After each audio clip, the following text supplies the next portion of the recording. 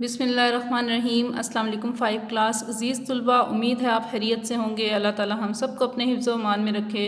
عزیز طلباء، آج اردو بی کے تیسرے لیکچر میں ہم اردو قواعد و نشاط سے گرامر میں محاورات کریں گے، ان کے معنی دیکھیں گے۔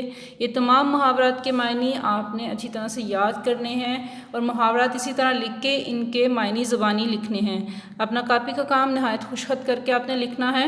محاورات وہ الفاظ ہوتے ہیں جو اپنے اصلی معنی کی بجائے مجازی معنی میں استعمال ہوتے ہیں، حقیقی معنی میں استعمال بھی ہو سکتے ہیں۔ جی عزیز طلباء، ہمارا آج کا پہلا لفظ ہے آبدیدہ ہونا۔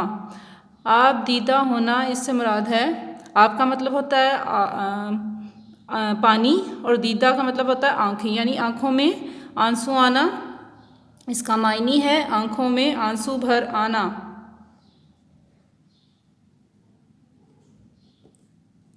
آنکھوں میں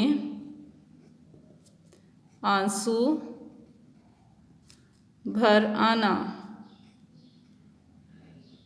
جی دوسرا لفظ ہے ہمارا آبرو خاک میں ملانا۔ آبرو عزت کو کہتے ہیں اور خاک مٹی میں، یعنی کہ عزت خاک میں ملانا۔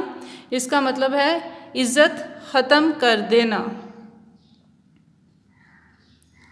عزت ختم کر دینا۔ عزت ختم کر دینا۔ آج کا ہمارا تیسرا محاورہ ہے 8 آنسو رونا۔ جی اس کا معنی ہے بہت زیادہ رونا۔ بہت زیادہ رونا۔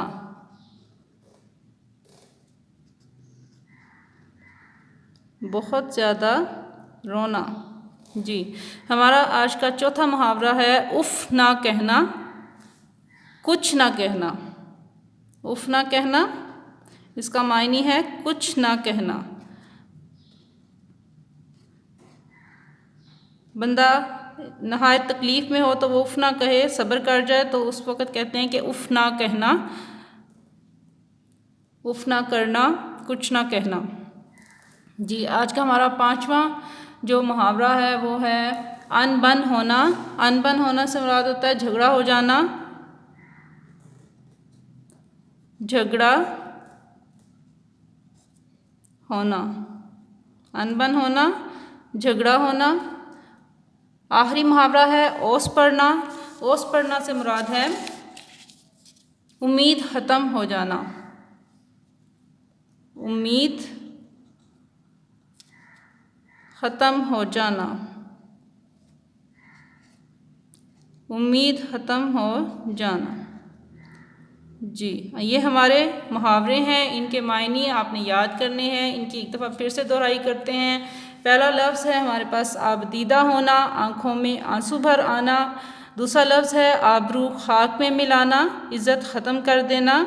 نمبر 3 پہ ہمارے پاس محاورہ ہے 8 آنسو رونا۔ اس سے مراد ہے بہت زیادہ رونا۔ نمبر 4 پہ ہمارے پاس محاورہ ہے اف نہ کرنا۔ اف نہ کرنا سے مراد ہے کچھ نہ کہنا۔ ان بن ہونا ہمارے پاس جو محاورہ ہے 5ویں نمبر پہ، اس کا معنی ہے جھگڑا ہونا۔ آخری محاورہ ہے اوس پڑنا۔ اوس پڑنا سے مراد ہے امید ختم ہو جانا۔